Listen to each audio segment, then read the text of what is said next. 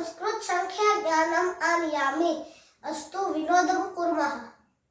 संस्कृत ભાષામાં પહેલી 4 સંખ્યાઓ પુલ્લિંગ, સ્ત્રીલિંગ અને નપુંસકલિંગમાં અલગ અલગ બોલાય છે.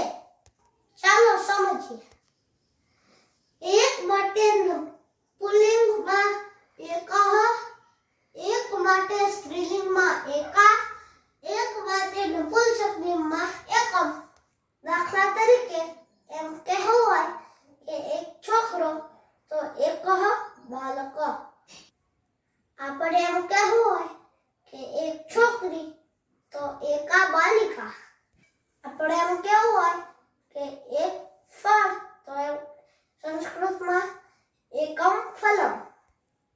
હવે એમ કહેવું હોય કે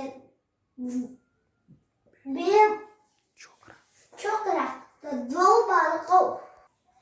જો કેવું હોય બે છોકરીઓ તો દ્વે બાલિકે. જો કેવું હોય બે ફળ તો દ્વે ફલે. જો 3 છોકરાઓ કેવું હોય તો ત્રયઃ બાલકઃ બાલકા. હા, જો 3 છોકરીઓ કહેવું હોય તો તિસ્રઃ બાલિકા. હા, જો કહેવું હોય 3 ફળો તો ત્રીણી ફલાની. જો કહેવું હોય 4 છોકરાઓ તો ચત્વારઃ બાલકાઃ. જો કહેવું હોય 4 છોકરીઓ તો ચતસ્રઃ બાલિકા. હા, જો કહેવું હોય 4 ફળો તો ચત્વારી ફલાની. હવે પછીની બધી જ સંખ્યાઓ ત્રણેય લિંગમાં એક સરખી જ બોલાય છે. 5 માટે પંચ, 6 માટે ષડ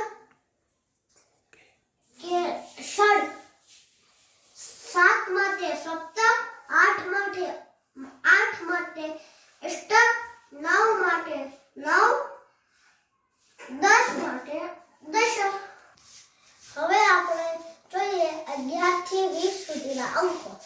11 થી 19 માટે એકમના અંક અહીં લખ્યા છે. દશકનો દશ બધામાં સરખો છે. આ બંનેને જોડીને 11 માટેનો શબ્દ બને છે 1 + 10 = 11.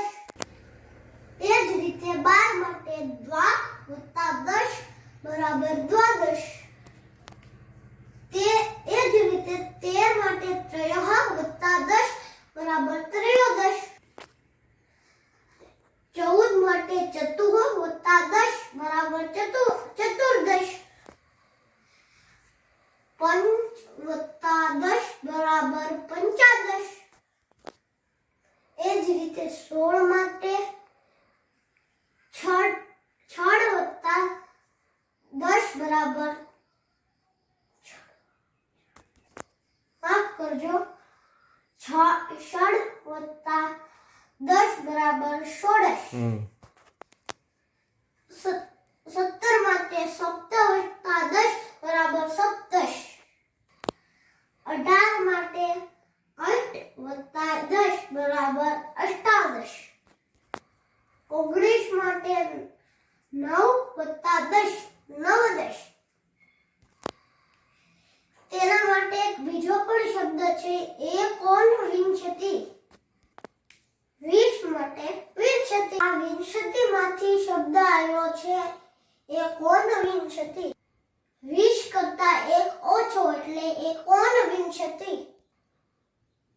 જો તમને અમારો વિડિયો